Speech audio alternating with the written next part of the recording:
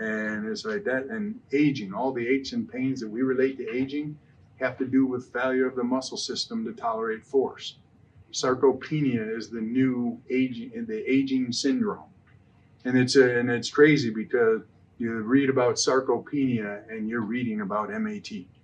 They came in with sarcopenia early on when they started looking at muscle wasting and the muscles getting progressively weaker as we age. And then as the muscles get weaker, they can't tolerate forces. So now they start to get inflamed. And then that inflammation leads to disease.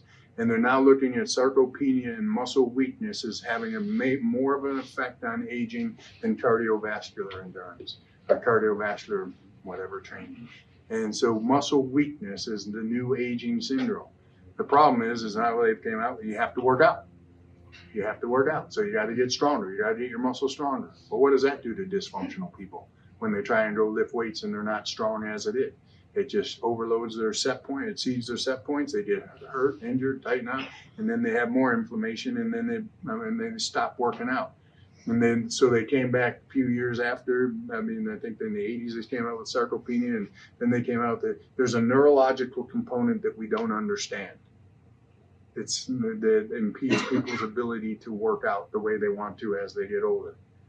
I'll tell you what, I can tell you what that neurological component is. It's what we're doing right now.